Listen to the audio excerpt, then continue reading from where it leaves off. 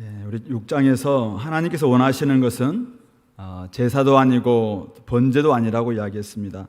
오직 하나님을 닮아 인애를 행하고 하나님 아는 것을 원하신다라고 말씀하셨습니다. 하나님은 치료하시는 하나님이십니다. 그래서 하나님께 나올 때는 결국 제사로 번제가 아니라 하나님의 성품, 하나님을 아는 그런 마음을 가지고 나와야 된다라는 것을 이야기했습니다. 오늘 7장에서는 하나님께서 이스라엘의 죄악을 폭로하시는데요, 그러면서도 오늘 7장 1절 보시면은 내가 이스라엘을 치료하려 할 때 에브라임의 죄와 사마리아 악이 드러나도다. 온전히 치료하기를 원하시는 하나님의 마음을 지금 내비치고 있습니다. 하나님은 치료하시는 하나님이십니다. 그런데 어떻게 치료하실 것인가? 그냥 대충 그냥 아픈 데만 살짝 그냥 겉에 상처만 어루만지고 말 것인가? 아니라는 거예요. 아주 깊은 내면에 있는 죄악을 다 폭로하시고 그들의 악과 죄를 철저히 드러내서 그들을 다 그 모든 뿌리까지 다 좀 제거하시는 하나님이시다라는 것을 알 수 있습니다. 여호와께서 이스라엘을 치료할 때 그들의 죄악이 드러나는데요, 어떤 죄악인가? 그들은 거짓을 행하며 안으로 들어가 도둑질하고 밖으로 떼지어 노략질합니다. 2절에서는 내가 모든 악을 기억하였음을 그들이 마음에 생각하지 아니하거니와 이제 그들의 행위가 그들을 애워싸고 내 얼굴 앞에 있습니다. 하나님은 이스라엘의 모든 죄악들을 다 알고 계시는데 이들은 하나님이 그 모든 악을 알고 계시다는 사실조차 모르는 그런 가운데 있는, 이런 중병에 걸려있는 감각까지도 없는 이스라엘을 오늘 하나님께서는 정말 어떻게 하실 것인가? 치료하시기를 원하는데 철저히 치료하기를 원하시는 것이죠. 막상 좀 치료하려고 좀 이렇게 열었습니다. 열어보니까 완전히 속이 다 썩어 있는 거예요. 그러면 외과 의사가 어떻게 해야 됩니까? 그거 철저히 도려내야 되지 않겠습니까? 그냥 눈에 보이는 것만 살짝 치료하고 만다면은 얼마 후에 죽고 말겠죠. 그래서 오늘 이스라엘을 철저히 한번 도려내려고 하나님께서 그 중병에 걸려있는 아주 깊은 내면에 아주 더러운 이 암덩어리, 이걸 지금 제거하려고 오늘 하고 계시는데요, 몇 가지의 어떤 그 비유를 가지고 오늘 하나님은 그들의 죄에 대해서 이야기를 합니다. 달궈진 화덕의 비유를 3절부터 7절에서 이야기하고 있고요, 그리고 뒤집지 않은 전병, 그것이 8절부터 또 12절까지에서는 뒤집지 않은 전병과 어리석은 비둘기라는 이런 또 표현으로 그들의 문제를 이야기하고 있고, 13절부터 마지막 절에서는 속이는 활, 이런 비유를 통해서 지금 에브라임, 북이스라엘이 어떤 중병에 걸려 있는가, 그런 부분들을 지금 철저히 폭로하시면서 그 부분들을 하나님은 정말 철저히 치료하고 또 회복시켜주고 어쩌면 그것을 심판하시면서까지 그들을 새롭게 하기를 원하시는 하나님의 마음을 전하고 있습니다. 먼저 우리가 첫 번째 비유인 달궈진 화덕 비유를 좀 볼 텐데요, 3절부터 우리 7절 보시면은 그 악으로 왕을 그 거짓말로 지도자들을 기쁘게 하고 있습니다. 어떤 사람이 이제 와서 왕을 막 기쁘게 합니다. 또 지도자들을 기쁘게 합니다. 그런데 그게 다 악이고 거짓말이라는 거예요. 왜 그렇습니까? 4절에 그들은 다 가늠하는 자입니다.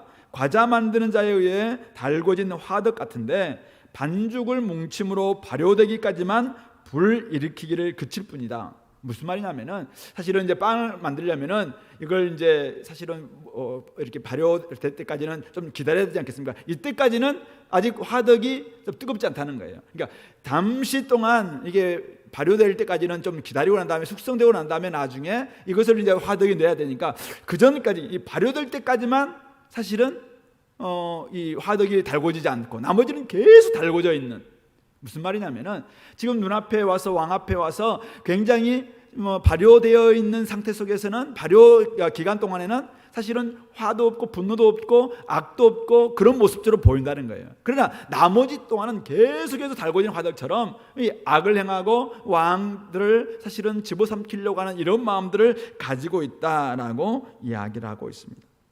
5절에서는 왕의 잔칫날 지도자들은 술의 뜨거움으로 병이 나고 왕은 오만한 자들과 더불어 악수합니다. 술에 만취되어 골아떨어지고 왕은 거만한 무리들과 손을 잡아서 또다시 그 왕을 죽이고 또 다른 왕들이 이렇게 일어나는, 그러니까 계속적인 쿠데타가 일어나는 이런 모습들을 이렇게 묘사하고 있습니다. 6절에서도 그들이 가까울 때 간교한 마음으로 화덕 같은 분노는 밤새도록 자고 아침에 피우는 불꽃 같다, 이렇게 표현하고 있습니다. 세번역은 이렇게 이야기합니다. 새 왕을 세우려는 자들의 마음은 빵 굽는 화덕처럼 달아오르고 그들은 음모를 품고 왕에게 접근한다. 계속해서 결국은 겉으로는 사실은 별로 이렇게 화가 없는 것 같은 보이는데 속에는 새로운 왕을 세우려고 하는 그런 분노와 어쨌든 음모를 가지고 지금 접근하고 있는 이런 모습들을 묘사하고 있죠. 7절에서도 그들이 다 화덕같이 뜨거워져서 재판장들을 삼키고 그들의 왕들을 다 엎드러지게 하고, 결국 그들은 모두 빵 굽는 화덕처럼 뜨거워져서 통치자들을 죽이면서도 오늘 7절 하반절에서는 그러면서도 하나님께 부르짖는 자가 하나도 없다라고 그렇게 표현하고 있습니다.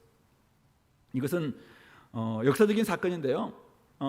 여로보암 2세 때 이 호세아가 사실은 이 메시지를 전합니다만은 히스기야 때까지 호세아가 결국은 사역을 했기 때문에 30년 가까이 사역을 했는데, 호세아 다음의 왕이 호세아 아들이었던 호세아 아니죠, 여로보암의 아들이었던 스가랴가 왕이 됩니다. 그런데 스가랴는 6개월 만에 이 살룸이라는 사람한테 결국은 쿠데타 살인당하고 죽고 맙니다. 살룸은 1개월 동안 통치하고 무나엠이라는 사람한테 또 사실은 죽게 됩니다. 무나엠 나중에 부가히야에게 물려줍니다만 부가히야 또한 또 베가에게 또 살육당합니다. 그리고 베가는 마지막 북이스라엘의 마지막 왕이었던 호세아에게 또 살육을 당하죠.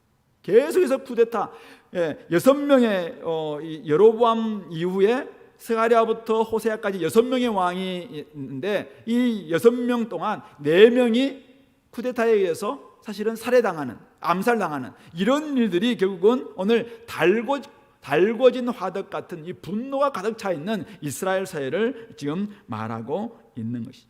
더러운 정욕과 욕심으로, 분노와 오만으로 모든 것을 굽을 것만 같은 달궈진 화덕 같은 이런 모습에 대해서 하나님은 심판하시겠다라고 이야기합니다.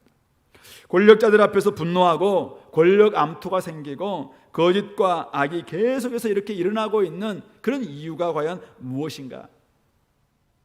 자기가 마음의 중심했기 때문이죠. 하나님의 권세 앞에, 하나님의 권위 앞에 누군가에게 권세를 줘도 그 권위 앞에 사실은 권위를 인정할 수 없다는 것입니다. 그래서 욕심이 생기고 결국 자기가 강하니까 분노로 드러날 수밖에 없습니다. 분노는 다른 사람들을 집어삼키는 도둑질과 노략질과 살인으로 나타납니다. 세상은 그렇다 하더라도 오늘 하나님의 백성인 이스라엘, 사실 하나님의 백성 아니겠습니까? 하나님의 백성이 지금 달궈진 화덕같이 될 때 그 사회는 사실은 소망이 없죠. 하나님이 원하시는 성품인 인애와 긍휼이 없다면 바로 사회도 교회도 그렇게 될 수밖에 없고, 하나님을 아는 지식이 없기 때문에 인애가 없고, 인애가 없기 때문에 결국은 이웃사랑 나타나지 않기 때문에 당연히 달궈진 화덕처럼 자기의 그냥 분노로, 자기의 감정으로, 자기의 어떤 욕망으로만 살아가는 이런 사회가 될 수밖에 없다. 그런 사회에 대해서 하나님께서는 이게 중병이기 때문에 치료해야 된다, 철저히 이거 도려내야 된다라고 말씀하고 있는 것이죠. 달궈진 화덕처럼 긍휼도 없이 충성스러움도 없이 그냥 늘 분노하고 다른 사람들에 대해서 그냥 가만히 두고 볼 수 없는 이런 모습을 가지고 살아가고 있는 이런 거에 대해서 하나님은 지금 오늘 심판하시겠다라고 이야기하고 있습니다. 오늘날 코로나로 인해서 너무나 많은 사람들이 화가 치밀어 오르는 이런 가운데, 분노 가운데 있다, 이런 이야기를 듣습니다. 서로에 대한 존중도 없고 관계 안에서 나타나야 될 신실함, 충성스러움, 긍휼 찾아볼 수 없는 이런 모습을 우리는 종종 봅니다. 하나님의 사랑과 용서, 인애와 긍휼을 사실은 하나님 백성이 보여줘야 되는데, 하나님 백성 또한 그냥 사회 일반인들과 거의 비슷하게 그냥 이렇게 달구진 화덕처럼, 아니 코로나 레드에 걸린 사람들처럼 그냥 긍휼, 인애, 용서, 용납, 사랑, 이런 가치들이 지금 사라지고 있는 이런 사회, 점점 정글이 되어가고 있는 그런 모습을 바라봅니다. 이 시대 정신은 인애를 베풀어야 될 관계를 이익과 이기심의 바탕을 둔 이해관계로 바꾸어 놓았습니다. 신뢰와 헌신 대신 불신과 배신이 자연스러운 모습이 되어버렸습니다. 먼저 죽이지 않으면 내가 죽음 당한다, 이런 생각 때문에 무한 경쟁하면서도 결국 서로 밟고 일어서려고 합니다. 이게 아픈 현실입니다. 권력을 가진 자들도, 권력을 빼앗으려는 자들도 우리 사회 속에서 지금 인애와 공의는 버린 지 아주 오래되었습니다. 당연히 거짓과 간교가 판을 치고 욕망을 채우려는 집단적 노략질 사회가 지금 되어 있는 그런 모습들을 바라봅니다. 아주 슬프기 그지없는 이런 사회, 대한민국의 지금 현실입니다. 그런데 한국 교회가 사실은 이런 사회 속에서 중간에 화해자가 되어야 되고, 또 그들을 위해서 인애를 베풀고 긍휼을 베풀고 함께 그들을 향해서 우리가 용서와 용납과 사랑으로 포용하는 이런 모습을 보여야 될 교회가 오늘날 그런 모습을 지금 상실하고 있다는 것이 더 큰 슬픔입니다. 교회마저도, 성도들마저도 달궈진 화덕처럼 그냥 잠시 예배드릴 때 빼놓고는, 성도들과 잠시 교제할 때는 빼놓고는 세상과 똑같은 모습으로 분노하고 똑같은 모습으로 그냥 정글 속에서 사자처럼 집어삼키려고 하고 있는 이런 태도를 보인다면은 그런 사회에 사실은 하나님께서 중병이기 때문에 하나님이 가만두시겠냐, 철저히 이건 도려낼 수밖에 없습니다. 교회가 그런 모습이라면 교회마저도 우리 주님께서 예루살렘 성전 가셔서 철저히 그것을 다 쓸어내시고 성전을 파괴하셨던 것처럼 결국은 AD 70년에 성전은 돌 하나도 돌 위에 남지 않고 다 파괴되지 않았습니까? 그런 성전이라면 하나님께서는 사실은 이거 중병이 걸려있는 교회, 중병 걸려있는 성전이라면 하나님 두고 볼 수 없다라는 것이 하나님의 해결책입니다. 그래야지 산다는 거예요. 그래야지 산다. 오늘 우리가 혹시 내가 또 여러분들이 달궈진 화덕처럼 잠시 그냥 발효될 때 빼놓고는 그냥 늘 분노하고 늘 견디지 못하고 용납하지 못하고 용서하지 못하고 그냥 늘 싸움닭처럼 살아가고 세상과 똑같이 그냥 같이 싸워대고, 혹시 이런 모습이 있다면 그런 부분들 오늘 하나님이 지적하시고 계시다 생각하시고 돌아볼 수 있게 되기를 바랍니다. 더 큰 문제는 뭐냐면은 오늘 2절에서 하나님이 내가 모든 악을 기억하였음을 그들이 마음에 생각하지 아니하고, 하나님은 이 모든 악들을 다 보고 눈앞에 와 있으니까 다 보고 있는 거예요. 그런데도 7절에 하나님께 와서 부르짖는 자가 하나도 없다는 것입니다. 하나님께서는 그들의 악을 보시고 심판을 통해서 정결케 하려고 치료하시려고 하고 계십니다. 그런데 그들은, 백성들은 심각성을 모르고 전혀 하나님께로 오지 않는다는 것입니다. 어떤 사람이 병원에 대학병원 가셔서 어쨌든 검진해서 이제 암덩어리가 발견됐다라는 병원으로부터 통지를 받았으면 빨리 가야 되는 거 아니겠습니까? 빨리 가서 도려내고 치유를 받고 그래야지 회복될 게 아니겠습니까? 그런데 환자가 지금 심각성을 모르고 찾아가지 않는 것입니다. 자신의 죄악을 깨닫지도 않고 가지도 않고 부르짖지도 않고, 이게 바로 이스라엘 사회의 더 큰 문제라는 것이죠. 그러므로 치료와 회복이 어디서부터 시작되어야 될 것인가? 결국은 자신의 문제, 자신의 죄악이 무엇인지 아는 데부터 출발해야 됩니다. 내가 어떤 지금 병에 걸려 있는가, 내가 어떤 죄악 가운데 있는가, 우리가 지금 어떤 지경에 있는가, 이것을 깨닫고 여기서부터 우리가 회복과 치료로 나아갈 수 있어야 될 줄 압니다. 문제를 알고 하나님께 부르짖고 하나님께 맡기고 의탁하면 지금이라도 살 수 있습니다. 자신의 상태를 제대로 알아야 의사한테 가서 적절한 치료를 받을 수가 있는 것이죠. 그러나 선무당이 사람 잡는다고 자신이 그냥 모든 것을 아는 것처럼 내 병은 내가 알아, 알기는 뭘 알아. 결국 그것이 자신을 죽이는 것이고, 결국 그것이 교회를 죽이는 것이고, 결국 그것이 한 사회를 죽입니다. 하나님께서 지금 다 보고 계시고 다 알고 계시고 지금 당장 나와서 하나님 앞에 부르짖으라고 함에도 불구하고 여전히 하나님께 나와서 기도하지 않고 도움을 구하지 않고 찾지 않고 부르짖지 않고 이것이 과연 올바른 성도로서 지금 중병 가운데 있는 교회로서의 올바른 태도냐 이거죠.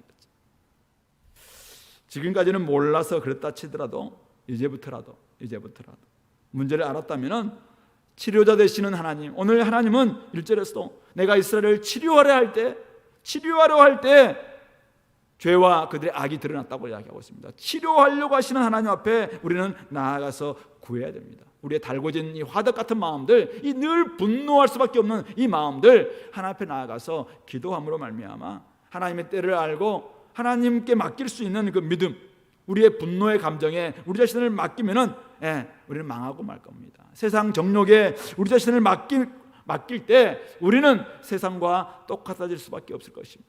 그러므로 치료하시는 하나님을 찾아가서 부르짖고 하나님의 긍휼을 베풀어 달라고, 하나님께서 오늘 치료해 달라고 간구할 수 있는 우리 교회 성도님들 될 수 있기를 바랍니다.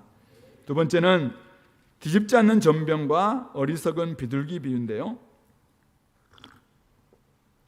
이스라엘의 모습이 왕궁 안에서 계속 일어났던 권력 암투가 달궈진 화덕 같았다면 이스라엘의 외교는 뒤집지 않은 전병 같았습니다. 8절은 이렇게 이야기하고 있습니다. 에브라임이 여러 민족 가운데 혼합되니 그는 곧 뒤집지 않은 전병이로다. 전병, 한쪽이 타지 않도록 적절하게 뒤집어 줘야 알맞게 있고 맛있게 먹을 수 있습니다. 뒤집지 않으면은 결국 한쪽은 타고 한쪽은 설 익어서 먹을 수 없게 될 것입니다. 이스라엘은 여러 민족 가운데 지금 지정학적 위치 자체가 여러 민족 가운데서 오갈 수밖에 없는, 아래쪽에서는 늘 애굽이, 위쪽에서는 아수르, 또 아람, 또 바벨론, 이런 나라에 의해서 끊임없이 사실은 이 팔레스타인 자체가 그냥 지정학적 위치에 우리나라처럼 지나갈 수밖에 없는, 대국들이 지나갈 수밖에 없는 바로 그 발판이었던 것이죠. 그렇기 때문에 여러 나라 가운데서 외교를 잘 해야 되는 균형자 외교 그런 것처럼 그런 사실은 외교가 필요하기는 필요합니다. 이게 사실은 인간의 머리에서는 그게 맞아요. 그런데 그들은 이런 가운데서 여러 민족 가운데 혼합되어 있다 보니까 결국은 뒤집지 않은 전병, 결국 전혀 먹을 수 없는 전병과도 같게 되었다라고 이야기합니다. 결국 그렇게 살아가면서 그들은 하나님의 백성인지 이방인인지 구별할 수 없을 만큼 세속화되고 음란하고 음행하고 아주 혼합되어 있었다라고 이야기하고 있습니다. 한편으로는 하나님을 잘 믿는 것 같아요. 종교적인 위선으로 까맣게 지금 타 들어가고 있습니다. 한편으로는 이방인과 너무 똑같은, 전혀 다른 바 없는 세속성으로 그냥 가득 차 있는, 그래서 끊임없이 하나님께 예배를 드리고 나머지 모든 부분들은 다 그냥 세속적인 방식과 세속적인 가치관에 의해서 살아가는 이런 외교 전략을 이들이 취했다는 거예요. 그 결과 어떻게 됩니까? 국력은 약해지고 외세가 침입해오는 상황에 내몰렸을 때 그들은 어떻게 해요? 지도자들은 살아남기 위해서 외세의 도움을 간구합니다. 청하러 갑니다. 그래서 그들이 했던 것이 9절이죠. 9절. 이방인들이 그의 힘을 삼켰으나 알지 못하고 백발이 무성할지라도 알지 못하는도다 라고 하면서 그들은 이방인들을 향해서 힘과를 뭔가를 하려고 했지만 이방인들이 이들을 다 삼켰고 백발이 무성한 정말 그런 노인과 같은 힘이 없는 이런 존재가 되고 말았던 것이죠. 그러면서도 11절 에브라임은 어리석은 비둘기같이 지혜가 없어서 애굽을 향하여 부르짖고 아수르로 가는도다. 그렇습니다. 이들은 힘이 없습니다. 힘이 없고 그러니까 도리어 하나님께 나와서 하나님께 정말 기도하고 하나님께 구하고 그렇게 해야 됨에도 불구하고 이들은 도리어 자꾸만 이방인을 찾는 거예요. 그래서 아수르에 찾아가고 또 애굽을 찾아가고 이렇게 하고 있는 이런 모습을 오늘 11절에서는 어리석은 비둘기 같다, 지혜가 없다라고 이야기하고 있습니다. 어리석은 비둘기가 그냥 자기가 죽을지도 모르고 여기가 저기 말에 가는 것처럼 어쨌든 이 애굽을 향하여 부르짖고 아수르를 향하여 가고 있는 그것이 바로 자기 꾀에 자기가 넘어지는 꼴이 되고 만다라고 이야기하면서 결국 10절에 이것이 바로 이스라엘의 교만이라고 그 얼굴에 드러났다라고, 그들이 모든 일을 당하여도 그들의 하나님 여호와께로 돌아오지 아니하며 구하지 아니했다라고 이야기하고 있습니다. 결국은 그들은 때로는 아수르를 찾아가고 때로는 애굽을 찾아갑니다. 우리가 열왕기 하를 읽어보십시오. 읽어보면은 많은 왕들이 아수르에게서 조공을 바치다가 또 안 되니까 결국 저 애굽에 있는 애굽의 왕이 찾아가서 둘인가요? 찾아가서 또 뭐 구하기도 하고 결국 그렇게 하다가 양쪽 다 결국은 그냥 도움을 받지 못하고 결국 아수르에 의해서 멸망당하는 이런 꼴이 되었다라고 이야기합니다. 자충수입니다. 헛된 수고입니다. 지혜가 없으니까 자꾸만 세상의 방법과 세상의 권세에 의지했습니다. 그러나 그 결과는 무엇입니까? 오늘 12절입니다. 그들이 갈 때 내가 나의 그물을 그 위에 쳐서 공중의 새처럼 떨어뜨리고 전에 그 회중에 들려준 대로 그들을 징계하리라. 나의 그물, 하나님의 그물이 공중의 새처럼 그들 위에 떨어졌다라고 이야기합니다. 결국 이스라엘은 아수르에 의해서 멸망당합니다. 그런데 아수르의 힘 때문에 망한 게 아니라고 이야기합니다. 하나님의 그물에 이들이 걸렸다라고 오늘 호세아 선지자는 말하고 있는 것이죠. 사냥꾼의 올무에 걸린 새처럼 하나님의 그물에 걸렸기 때문에 그들은 잡혀 죽을 수밖에 없는 신세가 되었다라고 말하고 있는 것이죠. 망한 위태롭게 보이는 이런 상황이니까 사실은 그들은 지혜를 썼겠죠. 나름대로 지혜죠. 그래서 때로는 아수를 찾아가고 때로는 또 균형적인 외교를 위해서 또 애굽에 찾아가고 근데 그것이 제3의 대안 아니 제1의 대안이죠. 가장 중요한 하나님께 나아가지 않는 오늘 분명히 이야기하고 있습니다. 이것이 바로 이스라엘의 교만이라고 이야기하면서 이 모든 일을 당하여도 그들의 하나님 여호와께 돌아오지도 아니하고 구하지도 아니한 모습이 뒤집지 않은 전병이고 그래서 먹을 수 없는 전병이고 결국 어리석은 비둘기같이 행했던 그 결과는 결국 하나님의 그물에 걸리고 말았다라고 이야기하고 있는 것입니다.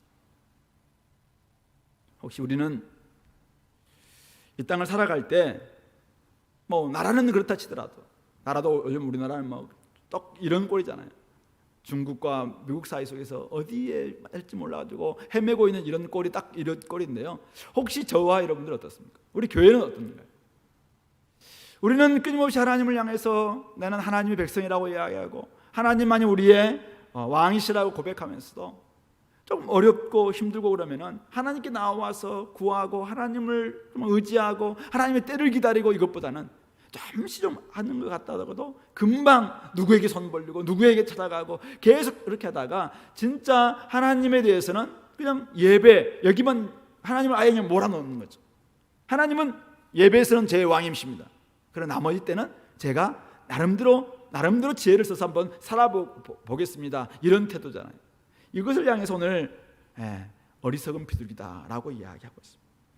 우리는 뒤집지 않은 전병처럼 되지 않도록 우리 자신들을 잘 살펴야 합니다.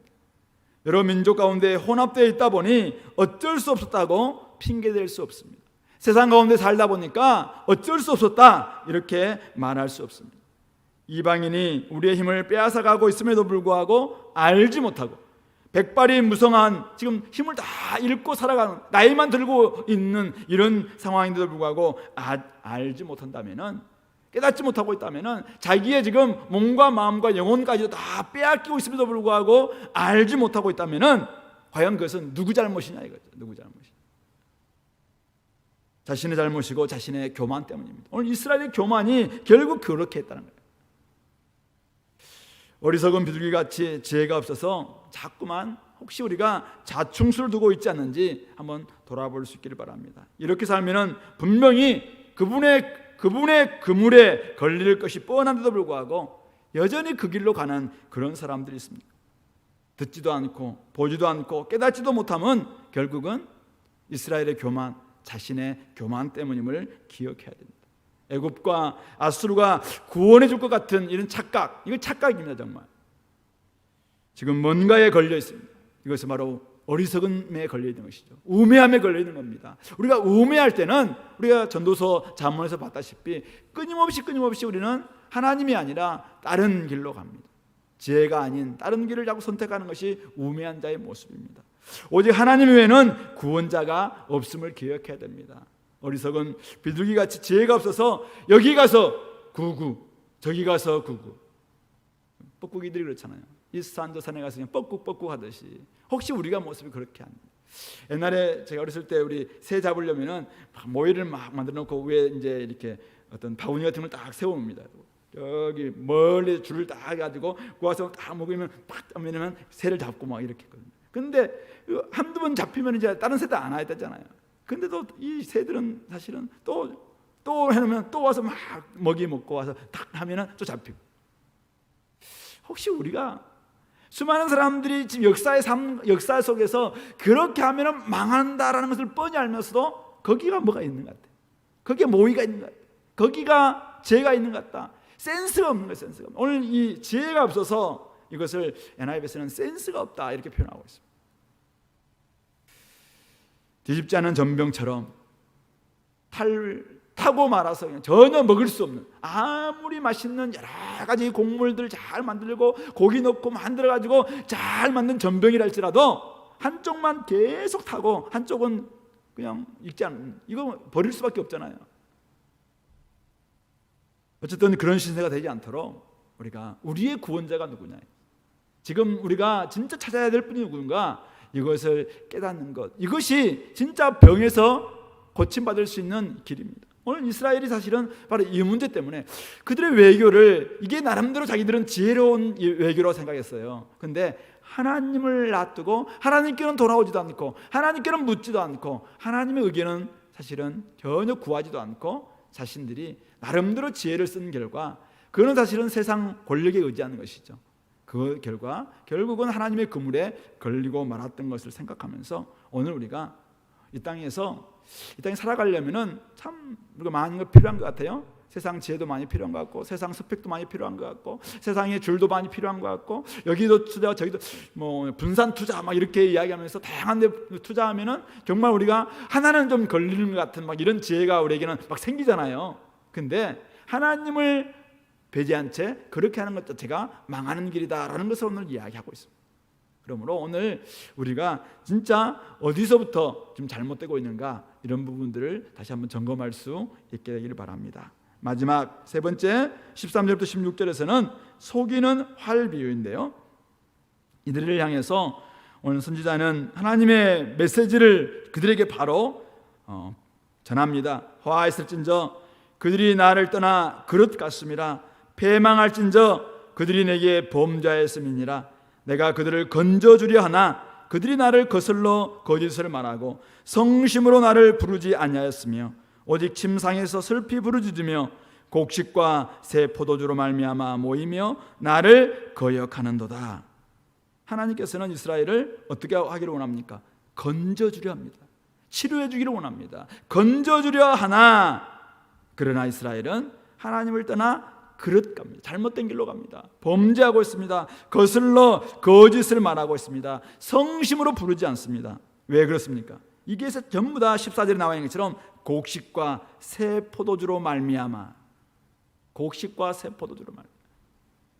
이 땅에서 잘 먹고 잘 삶, 곡식과 새 포도주, 이 땅에서 부요와 풍요와 우리가 어떤 이 땅에서의 나름대로 영광, 이것 때문에 자꾸만 우리의 마음이 헷갈리고 마음이 하나님이 아니라 다른 것을 향해서 나아갈 수밖에 없는 이런 존재가 되고 있다는 것이죠. 하나님을 찾아야 될 백성이 하나님을 떠나 그릇 가는 이유가 뭐냐? 곡식과 새 포도주 때문이라는 거예요. 하나님을 찾아야 될 백성들이 왜 성심으로 부르지 않고 자꾸 왜 바알 신전에 가서 간음하고 음행하고 온갖 이방 풍습에 도취되고 맙니까? 곡식과 새 포도주 때문에. 왜 많은 사람들이 교회를 떠나서 지금도 세상으로 나아가고 세상에서 잘 먹고 잘 살려고 애를 씁니까? 곡식과 새 포도주 때문에. 그렇게 잘 믿었던 청년들이, 그렇게 잘 믿었던 성도들이 왜 자꾸만 세상에 가서 점점 그쪽에 빠져듭니까? 곡식과 새 포도주 때문에. 상황이 아무리 힘들어도 하나님 안에 거해야 됨에도 불구하고 세상을 쫓고 하나님을 거역하고 하나님을 떠나서 그릇 간 이유는 곡식과 새 포도주 때문에. 바로 그것이 화하실진저, 패망할진저, 결국 이스라엘이 패망할 수밖에 없었던 이유라고 이야기하고 있습니다. 이스라엘은 어떤 존재였습니까? 15절에 내가 그들 팔을 연습시켜 힘있게 하였으나, 하나님은 열심히 연습시켜서 팔에 막 힘도 막 하게 하고 활도 쏘면은 잘 쏠 수 있도록 아주 훈련을 잘 시켜놓은 그런 이제는 하나님의 자녀 백성이었습니다. 그런데 그들이 내게 대하여 악을 꾀하는도다. 그 강한 팔로 하나님을 대항해서 악을 꾀하고 있습니다. 은혜를 원수로 갚고 있는 것이죠. 악을 계획했다는 것뿐만 아니라 악을 실행했습니다. 그들은 돌아오나 어디로 돌아옵니까? 높으신 하나님께로 돌아오지 않는 속이는 활 같았다라고 이야기합니다. 관역을 명중하지 못하는 속이는 활, 하나님 아닌 것을 위해서 사는 백성, 그것을 속이는 활이라고 표현하고 있습니다. 하나님께서 잘 먹고 잘 살 수 있도록 그에게 축복도 하고 그를 온전히 만들어주니까 그 뒤에는 하나님을 떠나서 다른 관역, 다른 것에 꽂히는 목표를 하나님이 아니라 이제는 다른 것이 되었다는 거예요. 곡식과 세포도주가 되어 있다는 거예요. 그래서 바알을 따르고 아세라를 따르고 온갖 세상의 음란한 것을 다 따르는 그런 백성이 되었다라고 이야기하고 있습니다. 지도자들은 거친 입의 말로 칼에 엎드려졌으니 애굽 땅에서는 조롱거리가 될 뿐이라고 16절은 이야기합니다. 이스라엘이 아수르에게 멸망당하고 동맹을 맺었던 애굽에게 조롱거리가 되는 바로 그것을 결국 이야기하고 있습니다. 하나님을 떠나 그릇 까고 하나님께 범죄함으로 결국 이스라엘은 패망했습니다. 하나님께 선택받았지만은 오히려 하나님으로부터 독립하기를 원했던 이스라엘은 그렇게 패망했습니다. 하나님 주신 능력을 스스로 얻은 특권이라고 여기면서 하나님을 거역했던 이스라엘은 그렇게 패망했습니다. 심판과 징계 가운데서도 깨닫지 못하고 하나님을 찾지 않고 더 높으신 하나님을 찾지 않고 여전히 세상을 추구했던 이스라엘은 그렇게 세상의 조롱거리가 되었습니다. 그들은 속이는 활이 되어서 높으신 하나님께 돌아오지 않고 헛된 관역에 꽂혔습니다. 그 결과 아수르에게 망하고 애굽에게는 조롱거리가 될 뿐이었다는 사실입니다. 이것은 옛날 이야기입니까? 하나님의 이 말씀은 BC 730년에서 710몇 년에 있었던 그 이야기일 뿐일까요? 세속화된 성도들은 하나님 대신 세상에 해답이 있을 것이라고 생각합니다. 그래서 하나님이 줄 수 없는 대답을 얻으려고 이곳저곳을 기웃거립니다. 몸과 마음, 시간과 재정을 온전히 투자합니다. 시간 나는 대로 미래를 준비한다면서 결국은 마음을 다 그곳에 줘버립니다. 예전에 즐겼던 예배와 찬양, 예전에 열심히 했던 하나님의 나라와 의를 행하던 일들 다 버리고 오로지 세상에서 높아질 것을 기대하며 거기에 올인합니다. 곡식과 새 포도주를 위해서. 그렇지만 돌아오는 것은 무엇입니까? 물론 좀 더 나은 부와 지위, 명예와 쾌락 있을 겁니다. 그러나 그 정도입니다. 그 정도일 뿐입니다. 참된 만족이나 행복은 없습니다. 거기에 하나님이 주시는 위로도 없습니다. 거기에는 하나님과 함께하는 영원한 생명, 영생도 없습니다. 거기에는 천국의 기쁨도 없는 것이죠. 도리어 세상에 지배당하고 세상의 조롱거리로 전락한 모습을 대할 때가 있습니다. 속이는 활과 같은 삶에 대한 경고입니다. 하나님을 떠나 그릇 까고 하나님께 범죄하면서까지 우리가 교회가 곡식과 새 포도주에 집중하게 되면 어떻게 되는가라는 것을 보여주는 아주 중요한 예화가 아닌가 생각합니다. 그렇게 될 때 도리어 그것 자체가 높으신 하나님을 거역하는 꼴이 될 수 있다. 우리는 하나님에 의해서 여기까지 왔습니다. 하나님이 우리를 강하게 훈련시켜서 여기까지 왔고 지금 있게 되었습니다. 그러면 이런 하나님 주신 은혜를, 하나님 주신 축복을 어떻게 사용할 것인가? 가장 높이 계신 하나님께 나아오는데 그분께 우리가 온전히 목표를 삼고 그분을 관역으로 삼고 그분을 표대로 삼고 나아가는 그런 삶을 살아야 되지 않겠는가? 그러므로 오늘 우리 모든 성도님들, 여러분들이 지금 2020년 오늘 9월 16일인가요?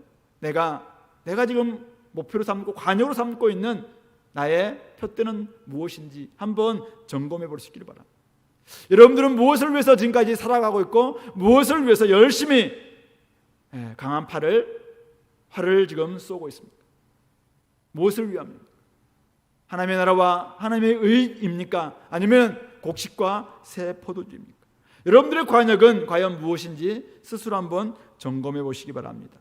돌아오되 높으신 하나님께로 돌아와야 될 자들이 다른데 그냥 바알 신전, 여전히 또 그곳에 모여서 그 이방 풍속 다 따라가면서 결국 추구하고 싶은 것은 곡식과 새 포도주, 풍년, 풍요, 다산, 여기에만 빠져서 결국은 하나님을 놓치고 살아간다면 결국은 하나님을 속이는 것이고 여러분 자신을 속이는 것이고 결국 우리는 돌아오지 않는, 그냥 관역으로 돌아오지 않는 속이는 활과 같은 그런 삶을 살고야 말 것입니다.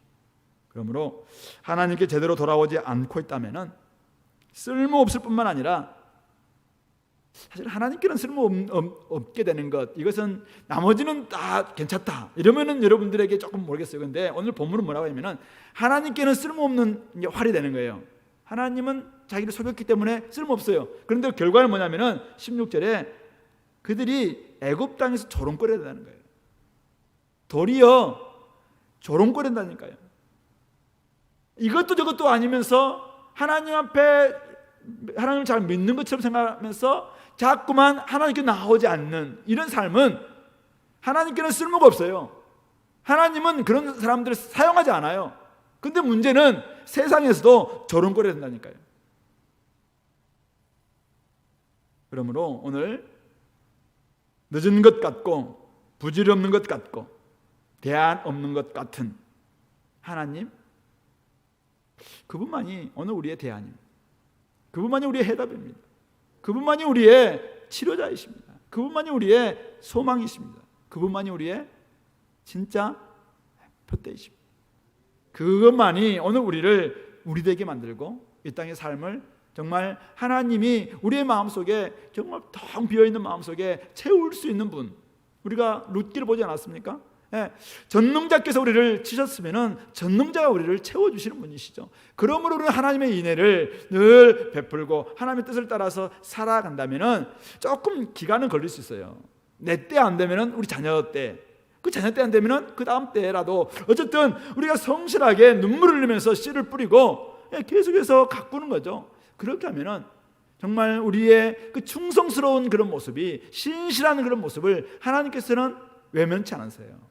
그분이 결국은 우리에게 언제나 복이 되셔서 구원자가 되주셔서 우리를 채워주실 것이다 라는 사실을 기대하시면서 기억하시면서 제대로 치료받기 위해서는 나의 문제가 무엇인지를 철저히 아시고 내가 지금까지 그런 삶을 살았다 그러면은 이 40일 기도를 통해서 여러분들 다시 한번 스스로를 한번 돌아보시기 바랍니다. 내가 지금 어디를 향하고 있는가, 무엇을 향하고 있는가, 나의 관역은 과연 무엇인가, 내가 하나님께 돌아오고 있는가, 속이는 활은 아닌가, 끊임없이 내가 구하고 있는 것이 하나님의 나라와 하나님의 의인가, 아니면은 곡식과 새 포도주인가. 주님께서는 이방인들이 구하는 것처럼 무엇을 먹을까, 입을까, 마실까 염려하지 말라고 했습니다. 그것은 다 하나님께서 주시는 것이에요. 먼저 그의 나라와 의를 구한다면 나머지 부분들은 하나님께서 주실 것입니다. 그것보다 훨씬 더 좋은 보화, 모든 것을 다 사고도 남을 수 있는 그 엄청난 보화, 그 보화까지도 우리에게 주시는 하나님이십니다. 그러므로 그 보화를 발견하신 분들은 이제 하나님께 초점을 맞추시고 하나님께 온전히 관역을 맞추시고 하나님 앞에 나올 수 있는 우리 모든 성도님들 될 수 있기를 소망합니다. 말씀을 맺겠습니다. 치료하시는 하나님께서 오늘 우리의 상태를 알려주고 있습니다. 이스라엘처럼 달궈진 화덕처럼 늘 분노하고 있는 이런 모습들 우리가 그런 모습이라면 하나님 앞에 나와야 됩니다.